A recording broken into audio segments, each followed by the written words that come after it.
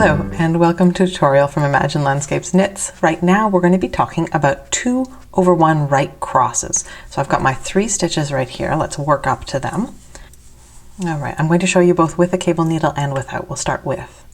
What we need to do is we need to take 1 stitch and slide it onto the cable needle. So we're going to go, the cable needle gets 1 stitch which hangs to the back.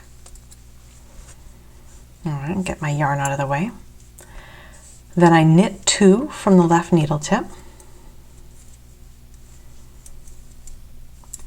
And now we bring up the cable needle and we are going to knit 1 from the cable needle. Let me push that out of the way, or actually more realistically, since you won't be doing that, let's hold them together parallel here. So I'm going to knit 1 from the cable needle, and that gives us 2 stitches crossed over 1, and they lean to the right. Without a cable needle, it'll look like this. I'm going to place my right needle tip through the 2nd and 3rd stitch on the left needle tip, skipping the first one. We're going to pinch all 3 at the base. I'm going to pull my left needle tip out. This one that is now dangling, I'm going to pick it up with the left needle tip. Then I place these 2 back on